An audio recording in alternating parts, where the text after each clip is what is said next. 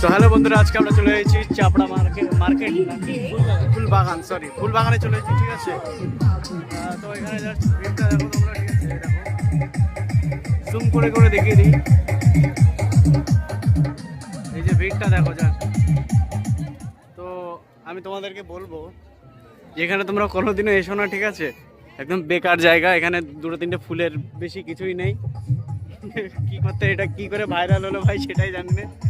এখানে দেখো, এই দেখো একটা পুকুর আছে, আর হচ্ছে ওখানে দেখতে হচ্ছে একটা, এই যে কি জায়গাটা কি, এটা হচ্ছে সেই ফুল টুল চাষ করে, এগুলো গ্রিন হাউস বলে হয়তো, যাই হোক।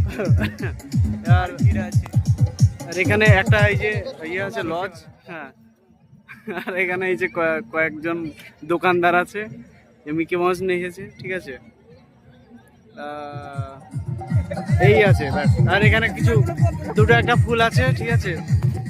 ধরো চন্দ্রমল্লিকা, আরও কি যা যা আছে, মানে কমন যেই ফুলগুলো থাকে গ্রামে, ঠিক আছে, সেই ফুলগুলো এখানে আছে।